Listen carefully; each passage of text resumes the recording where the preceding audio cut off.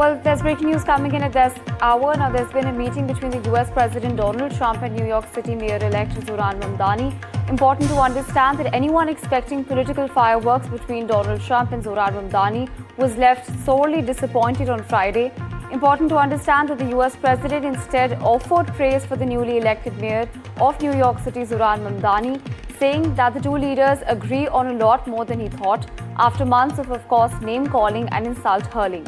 Now, both men focus on their love for New York City and a desire to make living in America's biggest city more affordable. The US President said that he intends to help Zohran Mamdani and not hurt him, while adding that they disagree on certain things. Now, Trump has also reiterated that he expects the two leaders to come to a conclusion soon.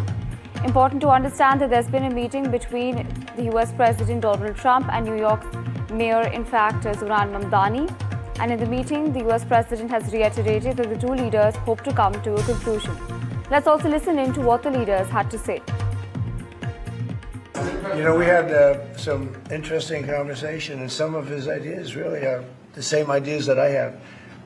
But a big thing on cost, you know, the new word is affordability. Another word is just groceries. You know, it's sort of an old-fashioned word, but it's very accurate. And they're coming down high. What we did is we discussed crime, more than ICE per se. We discussed crime, and he doesn't want to see crime, and I don't want to see crime. And I have very little doubt that we're not going to get along on that issue. We had a meeting today that actually surprised me. He wants to see no crime. He wants to see housing being built. He wants to see rents coming down, all things that I agree with.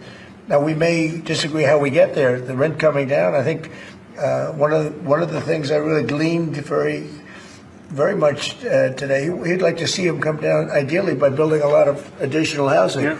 That's the ultimate way. He agrees with that, and so do I. But if I read the newspapers and the stories, I don't hear that.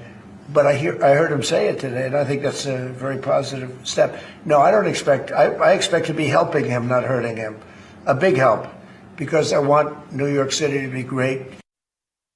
I appreciated the meeting with the president, and as he said, it was a productive meeting focused on a place of shared admiration and love, which is New York City, and the need to deliver affordability to New Yorkers, the 8.5 million people who call our city their home, who are struggling to afford life in the most expensive city in the United States of America. We spoke about rent, we spoke about groceries, we spoke about utilities, we spoke about the different ways in which people are being pushed out, and I appreciated the time with the president, I appreciated the conversation. I look forward to working together to deliver that affordability for New Yorkers. Meanwhile, Tony Waterman, in fact, NDTV correspondent, brings us more from Washington on this. Take a look. Despite the media's best attempts to rile up these political rivals, it was a shockingly civil, I dare say, at times chummy exchange, with both men smiling at each other, Trump at times joking with Mamdani and grabbing his hand. It is so shocking because of the insults these men have lobbied at each other in recent months. President Trump has repeatedly called Mamdani a communist lunatic and a total nut job.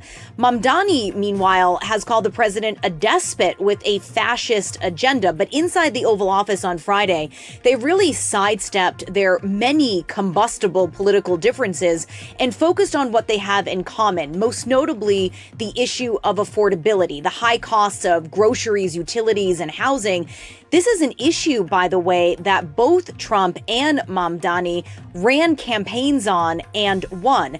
At one point, President Trump said that he's confident that the newly elected mayor will do a very good job and that he expected to be a big help for Mamdani. He even went so far as to say he'd feel very, very comfortable living in New York City with Mamdani as the mayor. That is a striking 180 for the president, who had threatened to withdraw billions of dollars in federal funding from New York City if Mamdani was elected. But he really tried to distance himself from that threat on Friday, saying that he didn't think that was going to happen. Mamdani, who is the son of the acclaimed Indian-American filmmaker Mira Nair, also toned down the rhetoric, calling the meeting productive and saying that he looked forward to working with the president to improve the lives of New Yorkers. He also has another incentive to ease tensions, since the president has threatened to deploy National Guard troops to New York City as Mamdani gears up to be inaugurated on January 1st. Tony Waterman, NDTV, Washington.